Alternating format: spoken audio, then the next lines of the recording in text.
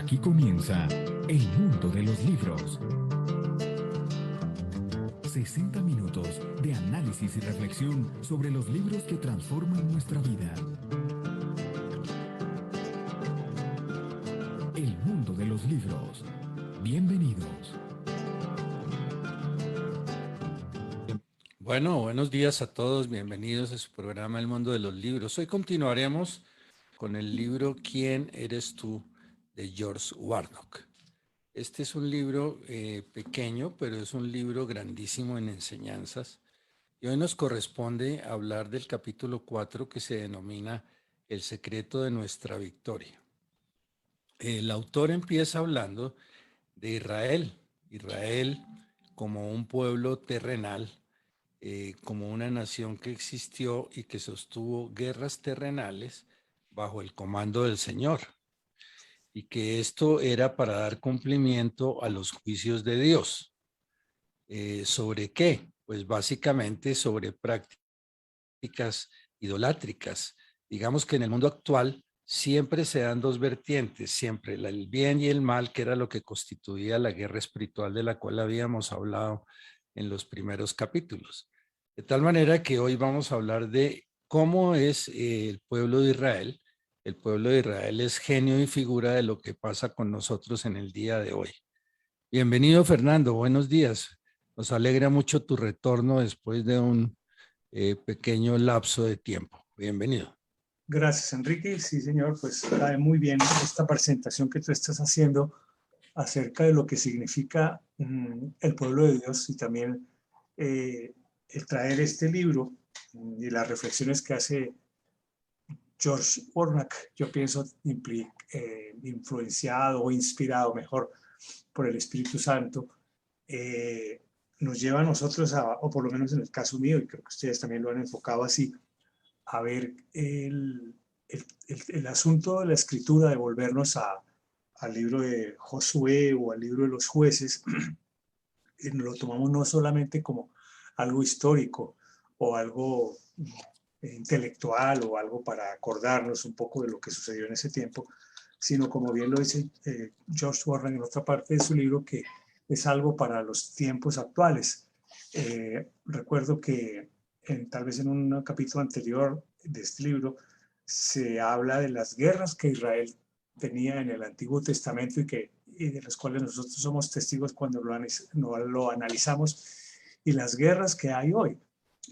Quizás se nos olvida que seguimos en guerra espiritual, que seguimos viendo conflictos, que seguimos viendo que los seres humanos en general siguen andando de acuerdo a su voluntad.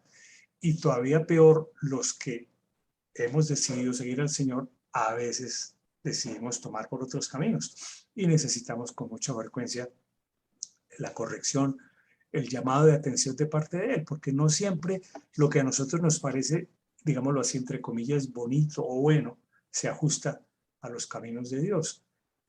Si nosotros analizamos lo que es la mente de Dios o la sabiduría de Dios, no tiene ni punto de comparación con la mente nuestra o con los planes nuestros. Entonces, muchas veces, Enrique Glass, hemos sido testigos de eso, de que alguna obra, digámoslo así, obra de Dios, entre comillas, que hemos venido haciendo o que hacíamos con otros amigos, o construcciones espirituales o religiosas que hiciéramos aparentemente con buena fe, con buena intención, no siempre se ajustaban a los planes de Dios, y de un momento a otro desaparecen, ya no están funcionando o ya no están dando los frutos que esperábamos. Entonces yo creo que día a día nosotros nos vemos como cuestionados y especialmente animados, tal vez sería la palabra, a buscarlo a Él, y ya no solamente día a día, sino que creo que minuto a minuto.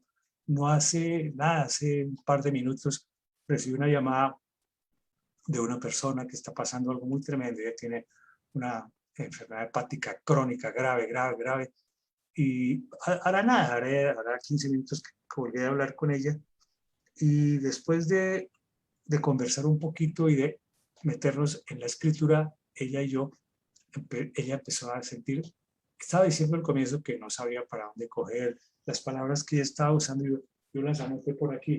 Estoy desconcertada, indecisa, no sé qué camino coger. Bueno, unas palabras así.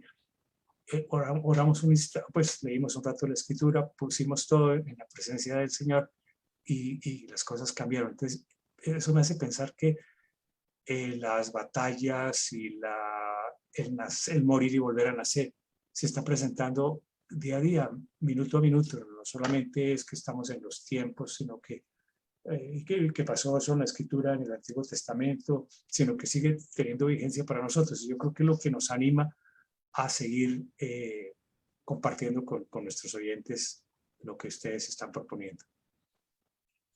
Bueno, buenos días. Sí, este capítulo me parece tan interesante porque nos hace comprender el corazón de Dios en medio de las aflicciones. Por ejemplo, siempre en el Antiguo Testamento se mostraban guerras y cuando uno lee desprevenidamente la Biblia y dice, pero qué carnicería, cómo así que mataban a no sé cuántos, qué cosa tan salvaje. Pero es que Dios quería mostrar un pueblo a Israel, lo quería mostrar para las demás naciones, para que todos se dieran cuenta que Israel era un pueblo llevado por Dios de la mano, él se mostraba como padre, como jefe, y ellos debían dar un ejemplo que las demás naciones aprendieran. Pero cuando Dios permitía esas guerras entre Israel y las demás naciones, lo que quería mostrar, por una parte era esto y por la otra eran juicios que él mandaba sobre esas naciones que eran abominables a sus ojos, porque eran llenas de prácticas idolátricas y por eso Dios preparaba a su pueblo. Y hoy en día no estamos exentos de que pase exactamente lo mismo, pero Dios está poniendo sus ojos también en el pueblo cristiano. ¿Por qué? Porque Él sigue logrando un pueblo que le obedezca, que siga sus caminos, que Él pueda conducir con su mano y le podamos decir Padre, pero de verdad. Y Él se va a manifestar en ese pueblo también haciendo juicio a las naciones y particularmente también el juicio empieza por la casa de Dios, porque Dios no está contento con que su nombre se tome en vano, ni que la gente ligeramente de pronto utilizó hasta su nombre para crear organizaciones, no organismos vivos, sino organizaciones de hombres y lucrándose de ellas, siendo tibios en el mensaje, dañando la palabra y permitiendo que la gente, como dice Fernando, alguien lo llamó, encontró un alma con Dios que oró con él, pero que vayan almas de verdad perdidas y buscando alivio a una organización que no le ofrece nada. Para Dios esto es muy fuerte porque Él manda a su pueblo como un ejemplo para ser solución y no ser parte del problema. Así es, primer elemento fundamental aquí, que Dios es un Dios de guerra, que esa guerra que sostenía a favor de Israel la está sosteniendo hoy día con nosotros. Y, por ejemplo, pues la guerra hoy, podríamos decir, que tiene mucho que ver con las democracias cristianas, con todo esto que hemos venido denominando el control mundial, la Agenda 2030, todo esto que son elementos en donde sabemos que marcadamente van en contra de los principios bíblicos en muchas cosas como la vida, como la familia, etcétera. Entonces es una guerra que hay que mantener, para lo cual nosotros debemos presentar defensa con mansedumbre. De tal manera que las armas para nuestra lucha son completas y totalmente espirituales. Por eso hablábamos en capítulos anteriores que hay que retomar esas armas y que en la medida en que retomemos estas armas, vamos desarrollando el arte de la guerra espiritual. Y ese arte de la guerra espiritual es lo que nos va a garantizar la victoria en Dios. De tal manera que Él es nuestro jefe, nuestro capitán, y Él va delante de nosotros. De modo que esto es muy estratégico. ¿No te parece, Fernando? Sí, señor. Mira que en este capítulo me llama mucho la atención, posiblemente ustedes ya lo trataron, y es este asunto de acampar, del asunto de estarse quietos. Yo lo digo porque en nuestra época, o pues nosotros, los tres que estamos aquí compartiendo esto, estamos en cierta forma viviendo en nuestra vida física en algo de quietud, en algo de estarse quietos. Y creo yo que todo el mundo, todo el universo, mejor dicho, la Tierra estuvo quieta durante este tiempo de pandemia. Y hace ahí una reflexión el autor diciendo, Dios quiere que descubramos el secreto de estar quietos y ver la salvación del Señor. Cuando uno está quieto, pueden pasar muchas cosas. Si está quieto frente a una ventana, pues ve pasar los carros, los seres humanos. Si está frente a un parque, pues ve las aves, ve las plantas, las flores, escucha el viento.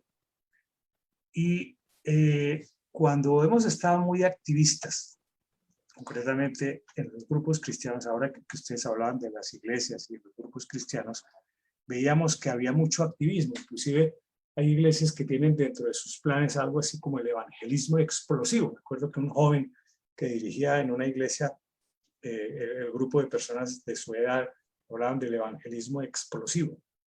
Entonces era estar en acción y estar en movimiento y salir a las calles y repartir la Biblia y salir con una pancarta y decir, el fin está cerca, arrepiéntase. Bueno, y da la impresión de que ese sistema pues ya no está como tan viable o tan útil, porque con eso muchas veces resultaba esa iglesia o esa agrupación o esos jóvenes en culto al egoísmo o a la personalidad o al grupo, que evangelista tan conocido o tan diligente, y eran aclamados por los hombres o por su grupo, pero no hacía lo que está diciendo aquí, que es ver la salvación del Señor.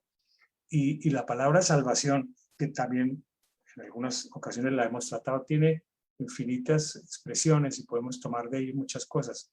Uno puede sentirse salvado cuando se está ahogando y el Señor lo salvó, o lo puede sentir la salvación cuando lo liberó de la muerte física y peor aún de la muerte espiritual, o lo salvó cuando lo sacó de un grupo donde le estaban destruyendo su cuerpo y su corazón. Bueno, en todo caso, esa frase sí me parece muy interesante, porque cuando estamos hablando de que hay guerra y que hay guerra espiritual, el asunto de la guerra y de todo esto no es que nosotros tengamos que inventarnos actividades, y yo lo digo porque con alguna frecuencia uno quiere.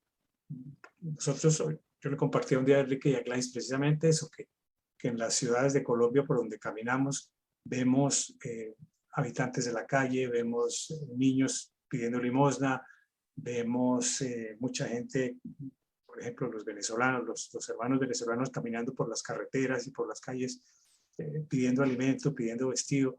Entonces se le vienen a uno a la cabeza aquellas cosas que llamaban los católicos las obras de misericordia, y naturalmente nos sentimos tocados por eso y nos sentimos inquietos acerca de qué es lo que el Señor quiere y qué podemos hacer por esas personas, y de alguna manera intervenimos, así sea de una manera muy elemental, muy pequeña, pero indudablemente todos estos eventos que suceden nos llevan más bien a entender qué es lo que el Señor quiere en ese estilo como de análisis de cuál es el plan de Él, si es cierto que estamos en guerra, cómo es que nosotros nos preparamos y cómo es que vamos a usar que la escritura llama la armadura o las armas que el Señor tiene para la guerra espiritual.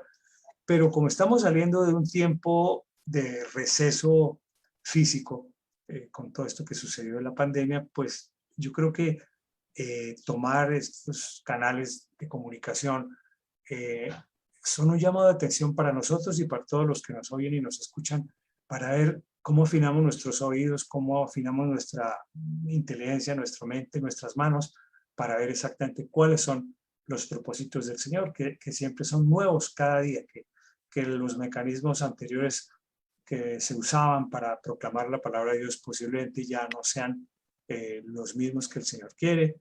Entonces creo que aquí nos ponemos del mismo lado de nuestros oyentes, de seguirle preguntando al Señor, ¿qué quieres tú, Señor? Hágase en mí según tu palabra, o habla, Señor, que tu siervo escucha.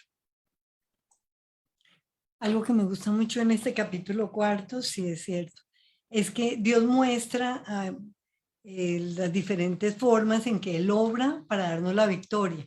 Entonces es tan enriquecedor analizar cada caso, porque uno a veces, lo que dice Fernando, empieza a preguntar, Señor, pero ¿qué voy a hacer por dónde? Y Dios utiliza los métodos más extraños para darnos la victoria. Y por eso Él es el Dios de la guerra y Él es el que nos da las estrategias.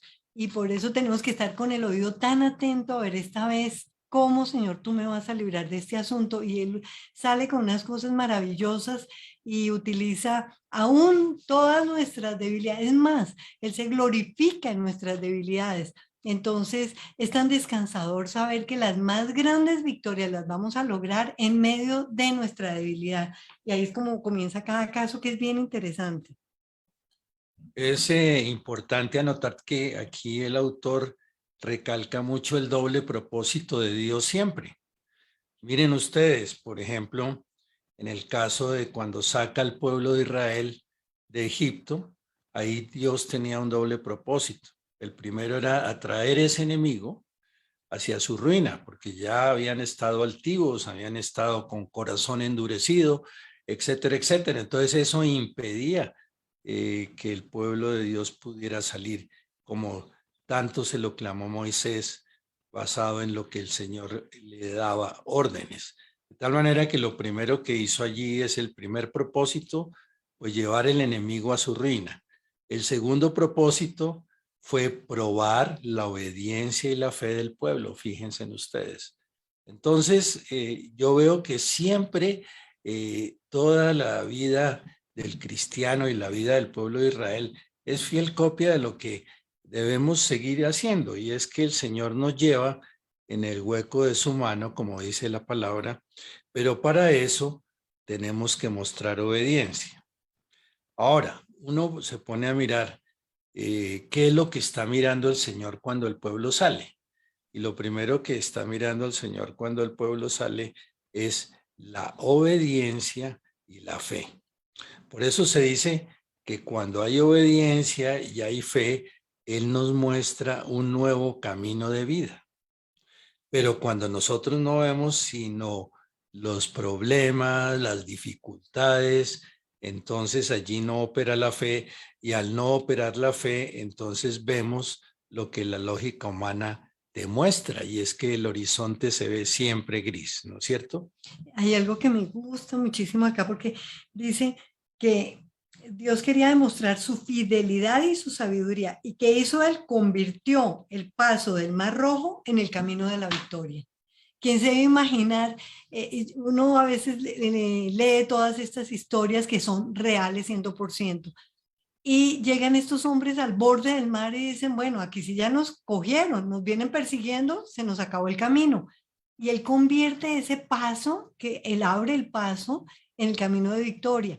Y esto me acordaba, en pocas palabras cuento, pues yo me ponía a pensar cómo nos dio COVID, porque aquí en Armenia no es que estuviera tanto las cifras pues de infectados, y en medio de eso nosotros nos cuidábamos. ¿Por qué nos dio COVID? Yo me preguntaba los primeros días, y pienso que Dios quería mostrar que en medio de esa situación había camino de victoria.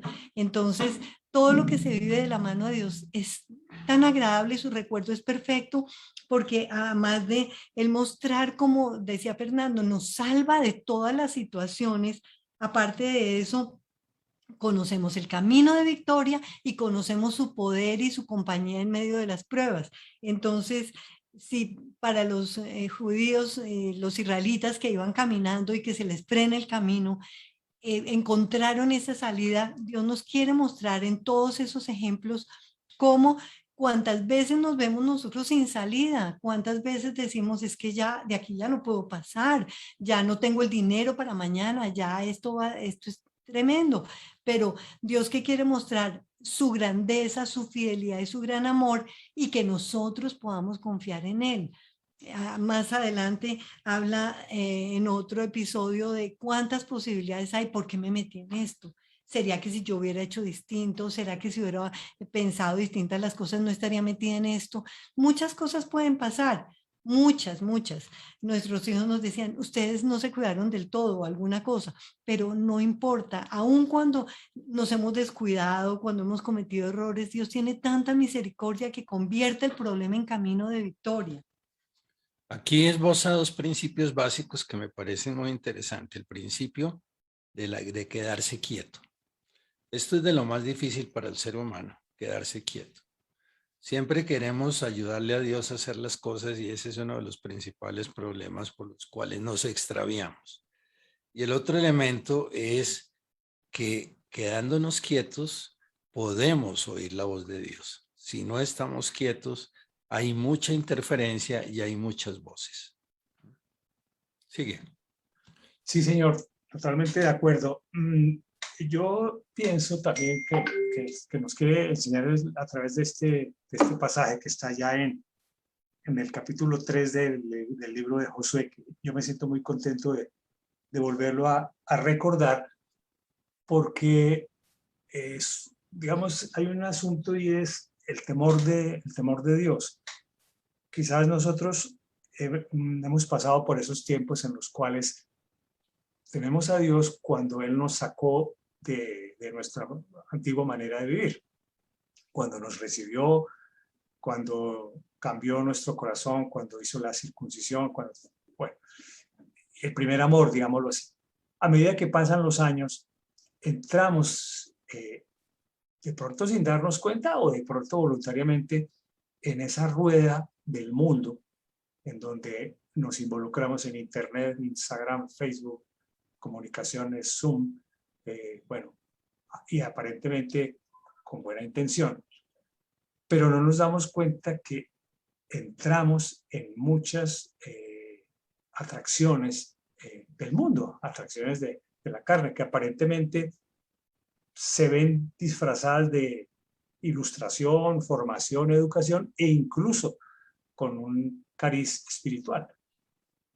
Pero el hecho de que nos hayamos detenido en estos tiempos, que se detuvo el curso normal de la Tierra y del mundo por la presencia del virus el hecho de que algunos hayamos tenido que pasar por un tiempo de enfermedad y que nos quedamos quietos en esa habitación o en esa cama mirando lo que pasa a nuestro alrededor, nos lleva a entender que hay una autoridad y que la autoridad la tiene el Señor y que esa autoridad nos permite ver lo que la Escritura llama el temor hacia el Señor, pero es el temor respetuoso, no es el temor de que yo estoy allá, por decir algo, acurrucado, muerto de pánico. No es pánico, no es terror, sino es un respeto por ver que Él sigue haciendo su obra.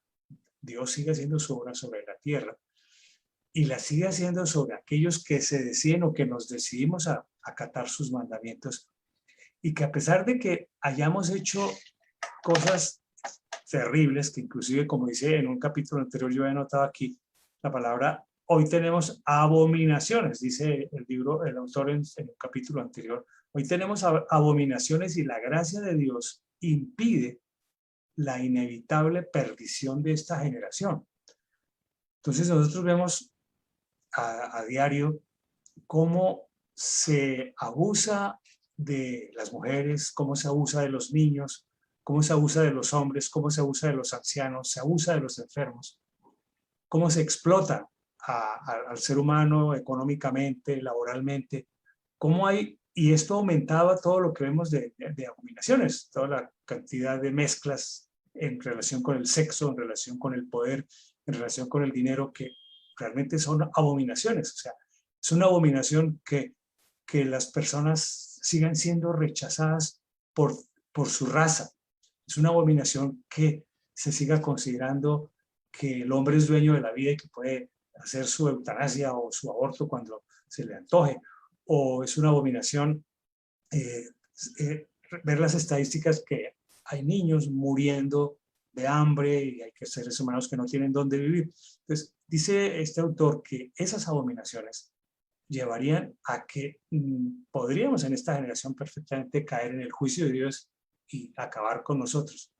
Como dice él, sin embargo, la gracia de Dios, o sea, la paciencia de Dios, inagotable paciencia de Dios, hace que nosotros en este momento de quedar como acampados, como le pasó a los israelitas, acampados en el Mar Rojo, viendo la voluntad de Dios, ese quedarnos quietos nos da tiempo de que nuestro entendimiento vea el poder de Dios, vea la voluntad de Dios, y que la voluntad de Dios, yo sigo pensando, no es solamente para los que se declararon o nos declaramos creyentes, sino para todos los seres humanos que puedan entender que Dios tiene un propósito para todas las criaturas, y dentro de esos propósitos está que veamos la paciencia que Él tiene con todas las cosas que nos inventamos los seres humanos, entre comillas, para vivir felices o para vivir contentos. Entonces, esa situación que se ve allá con los israelitas, que veían que por detrás venían los egipcios a apresarlos y a volvérselos a llevar cautivos para su tierra, y por otro lado el Mar Rojo. Entonces muchas veces nosotros pasamos esas circunstancias y lo que mejor hacemos es quedarnos quietos, o lo que deberíamos hacer es quedarnos quietos y observar cómo va a ser la intervención de Dios. Y creo yo que es una invitación para nosotros, yo la tomo como una enseñanza para mí, que si nosotros optamos por quedarnos quietos, confiando en que Dios tiene cuidado de todos, podemos entender cuál es el paso siguiente, qué es lo que hay que hacer, que hay que decidir algo en relación con mi labor, mi trabajo, con mi familia, o con lo que tengo que hacer en el día a día, y esperar. Me llama la atención allí que en ese capítulo 3 de Josué, dice, Josué se levantó de mañana, y él y todos los hijos de Israel partieron y vinieron hasta el Jordán y reposaron allí. Reposaron, el Señor nos está llamando a reposar. Y dice, y después de 3 días los oficiales recorrieron el campamento. Me llama mucho la atención porque nuestra actual generación es todo ya, todo rápido, el celular rápido, la comunicación rápida, que el Zoom llegue rápido, que digamos internet ya no tenga solo 50, sino 100, 150, 300 megas. Entonces, qué interesante que con frecuencia uno ve estas palabras que dice, vinieron hasta el Jordán y reposaron antes de pasar. Y después de 3 días, o sea, a mí me parece bien interesante que si yo hiciera eso, voy a esperar 3 días a ver cuál es el plan del Señor, posiblemente mis planes van a resultar mucho más efectivos. Bueno, me voy un poquito atrás. Para finalizar, el primer punto que él coloca es Israel en el Mar Rojo. Y no quiero pasar ese pedacito sin decir, como después de que Dios los salva de esa manera, como dice, y en consecuencia ellos pudieron cantar el himno de Moisés. Es que siempre que nos dejamos llevar por el Señor terminamos en alabanza. Siempre terminamos cantando y como sorprendidos de una salvación tan grande, de decir, Dios mío, me sacaste, ¿sí? Y reconocer dónde fueron vencidos, casi nada, en el Mar Rojo, en el callejón sin salida, en el lugar de su extremidad, donde ya no podían hacer nada, en el lugar de su perplejidad, en el lugar de la total desesperanza. Entonces, a mí me anima muchísimo ver ese rincón donde uno termina salvado, porque eso le hace a uno pensar una y otra vez, porque siempre estamos nosotros en alguna situación extrema, en algún problema, o por causa nuestra o por alguien que amamos tanto, y decimos, bueno, a esta persona se le llegó la hora en que ya no tiene para dónde coger, ya no tiene cómo reaccionar, se le agotó, se le agotaron sus recursos, su dinero, su todo. Y qué dicha saber que ese punto extremo es el lugar de Dios. Pero ¿por qué es el lugar de Dios? Qué triste que tengamos que llegar a un punto extremo para decir, Señor, mejor hazlo tú porque yo no puedo. Entonces, esto nos hace meditar también de que como Dios obra perfecto, nosotros lo que hacemos es, de verdad que aparte de que es una obra imperfecta, aparte de eso podemos complicar la vida, aparte de eso duramos más para llegar al final. Entonces, es saber, Dios mío, no importa lo que tenga que pasar en esta vida, ya me mostraste en el pasado que tú escuchas las oraciones, que tú nos acompañas, que finalmente después de esto cantaré el canto y el himno de victoria, porque contigo siempre, en ti es todo sí, en todo es amén, todo se logra. Entonces, qué bonito saber que ese es el punto ya de la victoria. Hay algo que también es importante anotar aquí, Y es que Fernando hablaba de quedarse quieto y evidentemente quedarse quieto es importante. Pero hay pequeñas cosas dentro de esa quietud que sí debemos hacer. Porque, por ejemplo, los sacerdotes que llevaban el arca de la alianza, pues lo que sí tenían que hacer era sumergir sus pies en las aguas del Jordán. Eso es el acto de fe.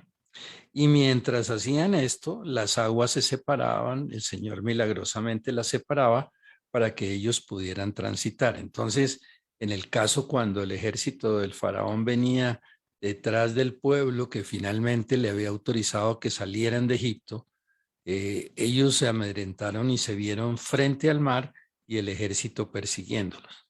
Eso debió ser un momento muy emotivo y muy difícil para el pueblo de Israel que estaba saliendo de la esclavitud de Egipto. No obstante, miren ustedes, clama a Moisés y le pide al Señor, Señor, ¿qué hacemos? Y entonces el Señor le dice, ya la orden está dicha, te he dicho que marches. Y sencillamente Moisés da un paso, toca el agua y se abre el mar. Entonces ya la historia la conocemos todos. Pero es bueno recalcar que siempre en medio de la quietud hay un rol que sí debemos desempeñar, que es el paso de fe. Entonces, esa parte me parece importante. Sí, totalmente de acuerdo, Enrique. E inclusive yo recuerdo que cuando hemos dado pasos en las áreas que sea, en el área laboral, en el área familiar, en el área también de relación con los hermanos en la fe, hemos tenido que dar pasos y a veces resulta que no eran los pasos que el Señor quiere. Y dentro de nuestra limitación mental está eso, que no siempre vamos a escuchar con claridad la voz del Señor diciéndonos, da el paso en tal sentido. Y muchas veces nos vemos abocados a eso, a que toca dar el paso y no siempre resulta lo que nosotros en nuestra mente teníamos pensado, pero sí estoy de acuerdo en que hay que dar el paso. Y dice algo interesante comenzando allí la parte 2 de ese capítulo, cuando dice, cuando Israel cruzó el Mar Rojo, estaban de hecho siendo bautizados en Moisés, en la nube y en el mar. Y hace una referencia a la primera carta de Corintios. Entonces, por tanto, habla de nuestro bautismo en Cristo, en espíritu y en el agua, pero cuando esta generación falló en entrar en la tierra de su herencia por su desobediencia, Dios levantó una nueva generación que sí prosperaría. En resumidas cuentas, yo sí estoy de acuerdo que todos estamos ahora en un plan de aprendizaje, que hay veces tenemos que quedarnos quietos y que hay veces toca dar el paso. Y dando el paso, pues yo creo que poco a poco vamos aprendiendo. Yo creo que nosotros nunca dejamos de aprender lo que el Señor nos quiere enseñar y en esa medida en que vamos vamos alternando, quedarnos quietos y dar pasos, quedarnos quietos y dar pasos. Eso nos permite a nosotros acudir a la palabra de Dios, acudir a su comunicación con Él, consultarle a Él, hablar con Él, ya le hace la palabra orar, y así podemos ir entendiendo si los pasos que estamos dando son los que Él quiere. Que por ejemplo en el caso que tú hacías referencia, no resultaba muy lógico que primero se metieran los sacerdotes y que al momento en que se humedecieran las plantas de los pies, las aguas del río se iban a separar. Eso no sonaba muy lógico. Y a veces a nosotros nos toca hacer eso, dar el paso, inclusive sentir que el agua a veces nos puede estar llegando al cuello y todavía no entendemos qué es lo que sucede. Pero yo creo que son enseñanzas muy prácticas que trae la Escritura. Aquí hay una comparación más o menos entre lo que fue la circuncisión para ellos y lo que es el bautismo para ahora. Porque cuando ellos salieron de Egipto, había una generación que no había sido circuncidada. Y el significado de circuncidarlos era quitarse el oprobio de Egipto. Entonces, ese era un lastre, un recuerdo que debía ser borrado. Todas las enseñanzas de Egipto, toda la vida que ellos tenían allá desconociendo a Dios. Entonces, la circuncisión, entonces, en otro aspecto es el bautismo cristiano, pero entonces hace un énfasis muy importante aquí, porque dice que en Occidente, así como lo manejamos acá, de pronto se convierte en una cosa social. Ay, no, sí fue bautizado, pero se desconoce exactamente ¿cuál es el punto importante del bautismo? Que es identificación con Cristo en su muerte. Y entonces, por esa razón, la gente como que no nace consciente en el espíritu de que tenemos que llevar ahora la marca de Dios. En aquellos tiempos significaba, era una separación cortante, así como cortaban el prepucio para la circuncisión, aquí también debe ser cortado en nosotros la anterior experiencia lejos de Dios. Y ahora es una identificación completa con la cruz, pero de lo que conocimos en grupos cristianos y gente cristiana, como que no se hacía un corte a la vida antigua sin Cristo y una nueva con Cristo, donde se dice, el mundo que yo conocí, el mundo como lo manejaban y como yo lo viví, ese mundo no va a operar más conmigo. Yo corto esa parte de mi vida y entro a una nueva vida en Cristo totalmente separada de lo anterior. Aquí, por ejemplo, en eso que tú reflexionas, hay algo que a mí siempre me llamó la atención cuando lo vi por primera vez, y es que uno puede estar en curso de un adulterio espiritual. Eso para mí fue algo muy interesante poderlo ver, yo no lo había visto así, y ahora lo veo como algo tan importante porque cuando tú tomas la decisión por seguir a Cristo y seguir al Señor Jesús con sus pisadas, entonces eso es un compromiso muy serio. De tal manera que, tal como lo dice Santiago 4:4, nosotros si nos vamos a favor del mundo, pues estamos cometiendo adulterio espiritual. Porque dice, adúlteros y adúlteras, ¿no sabéis que la amistad del mundo es enemistad con Dios? Cualquiera pues que quisiere ser amigo del mundo se constituye en enemigo de Dios. Entonces, esto del lenguaje de la milicia es interesante entenderlo. Y como es parte de la milicia, pues se habla de los soldados del ejército de Dios.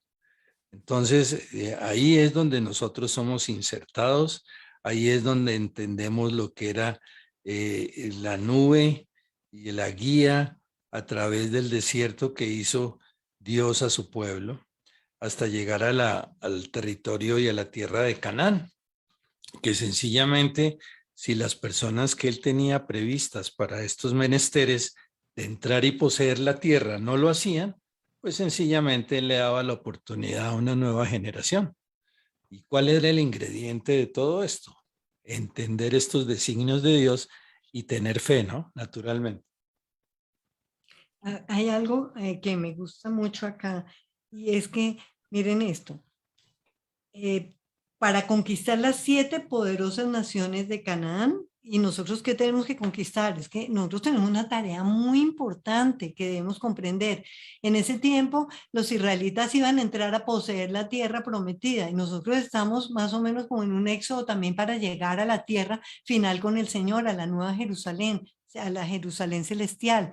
Y nosotros ahora tenemos una guerra también con 7, es un número como de totalidad, con naciones de Canaán, de gente que no conoce del Señor. Entonces dice, debemos conocer y experimentar las terribles implicaciones de nuestro bautismo, que es nuestra identificación con Cristo en la separación cortante de la antigua vida adámica para que podamos levantarnos y andar con Él en una renovación de vida.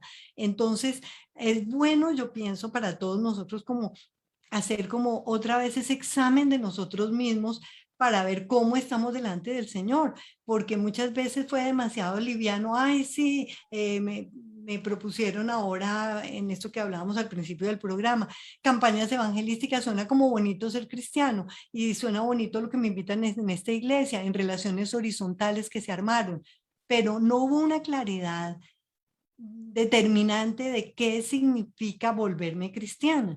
No es asistir a un club donde todos parecen buenas personas, a donde todos se dicen hermanos y sonríen. Es una relación vertical con el Señor donde implica una muerte a la vida adámica, a que ya no hago más pacto con el mundo, sino que ahora me identifico con la muerte de Cristo. Y esto perdió el cristianismo. Yo recuerdo hace unos años que por primera vez fui consciente de una opinión de alguien que hablaba de que los mensajes de la cruz se habían perdido. porque se oían muchísimos de prosperidad, se oían muchísimos de genial, ¿no? Me volví cristiana, ahora Dios está conmigo, mis líos se acabaron, muchas cosas así. Pero esta persona decía, se han perdido los mensajes de la cruz, que son los más importantes. Y en ese momento yo entendí y dije, sí, en verdad hace mucho tiempo no escucho un mensaje sobre la cruz y ni veo la importancia relativa de ese mensaje frente a todo lo que es el cristianismo. Y es eso exactamente, es un corte y reconocer que todo lo demás tiene que ser echado fuera y todo lo nuevo para mí es Cristo.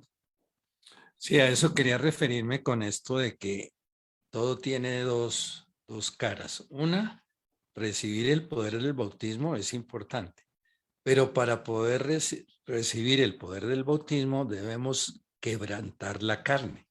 Siempre hay bendición, pero siempre hay condición. Entonces, esto es muy interesante porque muchas personas quieren recibir el poder del bautismo, pero sin quebrantar su carne, lo cual es imposible. De tal manera que eso es lo que el libro nos dice, que hay que lograr la plenitud, que la plenitud es recibiendo el poder, pero sacrificando la carne y desarrollando esa nueva personalidad de Cristo en nuestras vidas. Entonces, eso es lo que nos garantiza lo que el libro llama vivir en el Espíritu. De lo contrario, pues realmente va a ser una experiencia, pero realmente sí, seguiremos con flaquezas, ¿no? Tal como lo decía Pablo en Romanos 8. Decía que el Espíritu es el que nos ayuda en nuestra flaqueza. Entonces, digamos que el Espíritu es el que entra en nosotros y nos fortalece de toda debilidad. Y entonces, estando en este propósito es que se logra lo que nosotros denominamos fruto del cristiano, que es haber padecido, pero haber entendido que es el morir, morirás de una naturaleza adámica en una naturaleza del Señor Jesucristo, ¿no, Fernando? Sí, señor. Mira que yo quiero también devolverme un poquitico a la palabra corte. El corte, si lo hablamos desde el punto de vista etimológico o de lo que es un diccionario, un corte puede significar voy en un proceso y corté con ese proceso. Esa podría ser una acepción. La otra acepción podría ser lo que anatómicamente se llama hacer una incisión. Se corta, se hace un corte en una herida. Entonces, las dos palabras tienen mucha aplicación en nuestra vida diaria, porque nosotros podemos a diario estar viviendo situaciones complicadas y que el Espíritu de Dios y lo que vive dentro de nosotros nos puede decir corte. Un ejemplo, si yo estoy muy dedicado a la codicia y veo que la codicia me está generando problemas con los que yo vivo, puedo decir, es el momento de cortar con eso, por poner un ejemplo simple. Pero el que a mí me llama la atención y que lo menciona allí George es la palabra sería como la comparación en relación con Cristo, con la identificación sería la palabra, la identificación con Cristo al cortar con lo que es la vida adámica. Y recordemos que en las cartas de Pablo se habla de la circuncisión de corazón. Y nuestro corazón es el que necesita con mucha frecuencia ser circuncidado, ser cortado, porque nuestro corazón se ve atraído por el poder o por la codicia o por el orgullo o por el dinero, y esto hace que nos desviemos de corazón. Y hace una anotación allí muy interesante George cuando dice: nos estremecemos con el pensamiento de que el bautismo en el Espíritu Santo significa una donación de poder. O sea, cuando conocimos de Dios, vimos que ahí hay un poder, que recibimos un poder, como mínimo el poder de decir, bueno, yo ya no quiero volver atrás de lo que hacía antes. Y es todo eso, pero la mayoría de nosotros que hemos recibido esa experiencia, o sea, los que hemos tenido alguna conexión o algún regalo de Dios para conocerlo a Él, nos hemos decepcionado al descubrir que el poder de la vieja naturaleza adámica seguía fuerte en nosotros y que muchas veces hemos sido impotentes ante la faz de tal enemigo. Esto solo puede haber sido resultado de no haber caminado el sendero de la cruz y por lo tanto por no haber experimentado el corte de la vieja naturaleza de nuestro interior. Entonces yo quiero decir que este tiempo de pandemia y estos tiempos de suspensión de lo que, entre comillas, se llama la vida normal, nos permite ver que de pronto todavía tenemos algo de esa vieja naturaleza. Todavía nos pueden atraer las cosas que nos atraían antes y que nos llevaron a un estilo de vida equivocado. Concupiscencia de la carne, concupiscencia de los ojos, soberbia de la vida. O sea, todas aquellas cosas que nos hacían sentir como superiores, como muy hábiles en la profesión o muy capaces en la capacidad de expresión. De manera que eso hace que nosotros tengamos una recaída, como dice bien claro aquí George. Podemos ver que tenemos algo de la vida adámica. Mira que nos conduce el bautismo en el Espíritu. Esto es bien bonito. Dice que Dios nos va a quebrantar para conocer su fortaleza.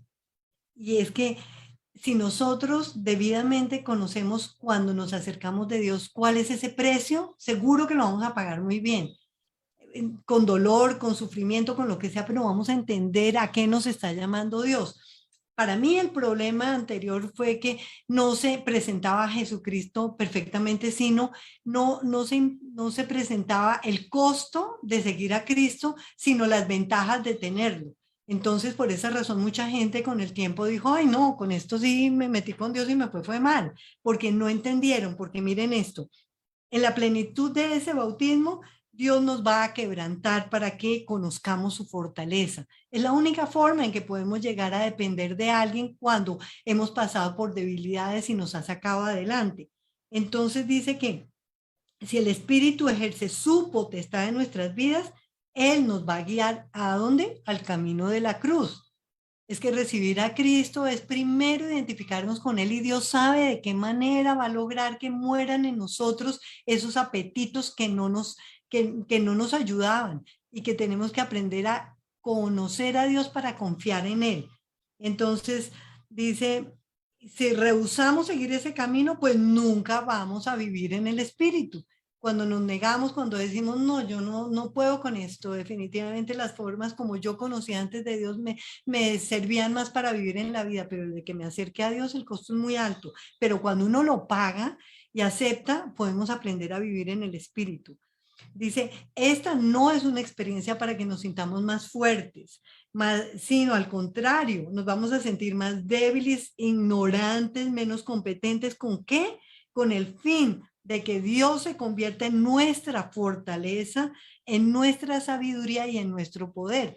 Entonces, solamente el que paga ese precio de acercarse a Dios y permitir que Él trabaje en nuestras vidas, y desde luego pues nos va a doler porque venimos de otra condición, de otra formación, de ser los diosecitos donde nosotros éramos los que decidíamos, pensábamos, se nos ocurría, y ahora decir nada, Dios, el todo en su vida. Entonces hay que pasar por momentos duros, difíciles para haber formado el carácter de Dios en nosotros, pero todo eso nos va a traer como consecuencia nada menos esto, que Él se convierta en nuestra fortaleza, nuestra sabiduría y nuestro poder. Y ahí sí podemos salir a combatir esas 7 naciones que están de verdad en el mundo llenas de dudas, de dolor y de una incredulidad muy fuerte. Sí, y para todo eso el autor nos muestra varios ejemplos. El ejemplo de Adot, el ejemplo de Samgar, el ejemplo de Débora y Barak. Aquí cada uno de esos vale la pena leerlos con cierto detenimiento, pero a mí me llama la atención el caso de Débora porque aquí Débora era una profetisa. Dios le había concedido una palabra que era confiable y el pueblo de Dios acudía a ella en busca de la palabra del Señor. ¿Cuándo? Pues cuando tenían aflicción, cuando tenían necesidad. Y fíjate que esto se refiere a los dones. Dios reparte los dones como Él quiere repartirlos y a cualquier tipo de personas, sea hombre, sea mujer, sean niños, en fin, como Dios le place, ¿no? De tal manera que es muy interesante ver el caso de Débora, que permaneció fiel, ¿no? No, era una ama de casa sencilla y se mantuvo sencilla a pesar de que vio que Dios obraba a través de ella. De tal manera que esto es la enseñanza de que cada uno de nosotros tiene dones llamados carismas, que es lo mismo, y que Dios reparte generosamente en todos nosotros. De tal manera que la decisión de cada uno de nosotros es de definir si ese don va a ser para el servicio de Dios o no. Otras personas que cantan muy bien deciden alabar a Dios, otras que cantan muy bien deciden cantarle al mundo. Son decisiones como esas. De tal manera que en el caso de Débora vivía muy tranquilamente bajo una palmera. Cuando a uno le dicen yo estoy viviendo bajo una palmera, pues lo primero que uno percibe es que tiene paz y tiene descanso. Y esto, en esa forma, con paz y descanso, es que se logra la victoria en Dios. Fíjense en ustedes. Fíjese que era mujer. Dice acá que cuántas mujeres sienten que tienen que justificar su ministerio porque vivimos en mundos dominados por hombres. Pero Débora estaba en el espíritu, ya no le interesaba ahora cómo voy a hablarle a Barak, cómo voy a decir que Dios me ha dicho a mí por encima de lo de él, nada. Ella sencillamente descansaba en el Señor y el Señor utiliza los vasos rendidos a él. Entonces él no hace acepción de personas, ¿no? Y fíjense en ustedes que todo esto es verdad y lo puede uno ir experimentando cuando uno va creciendo y madurando. Definitivamente la inmadurez es el peor enemigo de estos ministerios. De tal manera que en Jueces 4:9 se habla de que iré contigo, mas no será tu honra en el camino que vas, porque en manos de una mujer venderá el Señor. Entonces, eso es lo que tenemos que entender aquí, que primero es la actitud del corazón, pero lo segundo es que Dios va poniendo crecimiento en nosotros en una forma gradual. Esto es bien importante, estimados oyentes, y este es un librito que es muy sabio en todos estos elementos. De tal manera que aquí se ve lo que puede ser una serie de guías para lograr el crecimiento espiritual y para poder entender al Señor, ¿no? Sí, hay algo bien bonito acá y es como una exhortación también a los hombres. Dice, si el hombre es infiel, Dios pudiera valerse de las mujeres para que realicen el trabajo de los hombres.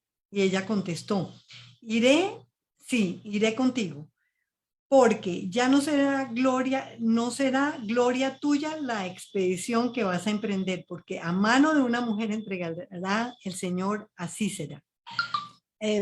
Hay un llamado especial para los hombres en estos, siempre en la humanidad, porque en la palabra de Dios dice que Dios cabeza de Jesús, Jesús cabeza del hombre, el hombre cabeza de la mujer. Y si el hombre está como cabeza de la mujer, él tiene que dirigir la situación en su hogar y en la comunidad. Entonces, es como de alguna manera un llamado indirecto de que si el hombre no cumple la misión, pues le va a tocar a la mujer. Pero yo sí animo a los hombres porque si Dios determinó que ellos sean cabeza, Dios les va a confiar a ellos todo ese valor y todos los secretos, pero es necesario que hombres, mujeres y todos de verdad estemos muy en la presencia del Señor para no hacer en la carne lo que es la obra del Espíritu. Aquí, Fernando, mira que me llama la atención que cuando nos vayamos a ofrecer para la obra de Dios, no solamente debemos ofrecer el dinero y los diezmos, sino hay que ofrecer toda nuestra vida. Dios va por todo, ¿no es cierto? Es un compromiso total. Sí, sí, señor. Y ahí se sintetiza un poco en este libro cuando dice que los seres humanos tenemos fuerza, tenemos sabiduría y tenemos poder. Y esas tres palabras que las está mencionando Gladys ahora cuando se refería al evento del Jordán, los seres humanos podemos decir eso, seamos hombres o mujeres, tenemos fuerza, tenemos sabiduría y tenemos poder. Y así sea mucho o poca la fuerza o la sabiduría o el poder, todo tenemos que ir aprendiendo progresivamente a someterlo a la autoridad de Dios. A los que hemos tenido el privilegio de tener una educación mundana, un poco más avanzada que otros, nos cuesta mucho trabajo, porque creemos que cuando somos muy hábiles, por ejemplo, en las matemáticas, o que soy muy buen conductor, que tengo alguna habilidad humana, creemos que eso es nuestro, que lo heredamos de nuestros padres, pero se nos olvida que eso pertenece al Señor.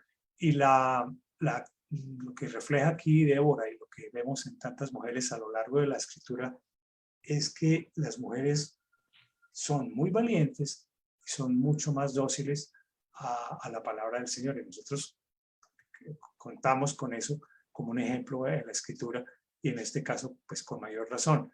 Pero lo que tú dices es cierto. Lo que tenemos o lo que poseemos materialmente o intelectualmente o espiritualmente o las habilidades que tenemos, todas pertenecen a Él y nos cuesta trabajo a nosotros entender que no son propiedades nuestras, que no son para alabar nuestro ego o para crecer nuestro ego, sino que son para ponerlas al servicio del plan de Él, aunque de pronto no lo veamos tan actual o que no lo veamos como muy claro en el momento. Si nosotros vamos poniendo nuestra vida y nuestros saberes, digámoslo así, al servicio de Él, pues las cosas van a ser diferentes. Así es, entonces digamos que para este capítulo 4 del libro es bastante largo, pero bastante enriquecedor. Yo creo que nos vamos a tomar el próximo programa para continuar con este capítulo, porque son muchas enseñanzas, de tal manera que no vamos a desaprovechar estos puntos claves que nos está enseñando George Warnock. ¿Tú quieres hacer alguna conclusión, Gladysita, sobre lo que hemos visto hasta acá? ¿Cuál sería tu conclusión? Mi conclusión está aquí contenida en 1 Corintios 1, 27, 28. Dice, sino que lo necio del mundo escogió Dios para avergonzar a los sabios. Y lo débil del mundo escogió Dios para avergonzar a lo fuerte. Y lo vil del mundo y lo menospreciado escogió Dios. Y lo que no es, lo que es cero para deshacer, llevar a cero lo que es. Entonces, esto siempre, desde muy joven yo veía esto como una posibilidad grande de lograr las cosas que me costaban trabajo, porque yo decía que Dios se glorifica en lo menos. Entonces, para que Dios se glorifique en nuestra vida, siempre lo encontré como que Dios lo lleve a uno a darse cuenta que sin Él nada podemos hacer. Y Fernando, ¿tu conclusión? Sí, señor, yo creo que también me devuelvo nuevamente a la palabra cortar, a que con mucha frecuencia nos vemos en la obligación por nuestra propia salud física y espiritual, cortar con algunas cosas que no nos están sirviendo, y con mayor razón si recibimos de Dios el imperioso mandato de cortar con aquellas partes que necesitan ser circuncidadas en nuestra propia vida. Muy bien, y yo diría que simplemente retomar todo lo que es la misión del cristiano, y es tomar 100% la sangre de Cristo, la sangre del Cordero, y poder ser testimonio, porque es lo que nos va a garantizar guardar nuestras vidas hasta la muerte.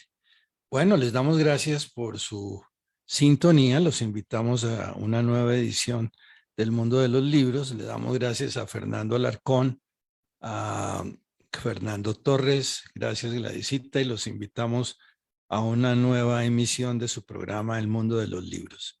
Que Dios los bendiga. Fueron 60 minutos de análisis y reflexión sobre los libros que transforman nuestra vida. El Mundo de los Libros. Hasta una próxima emisión.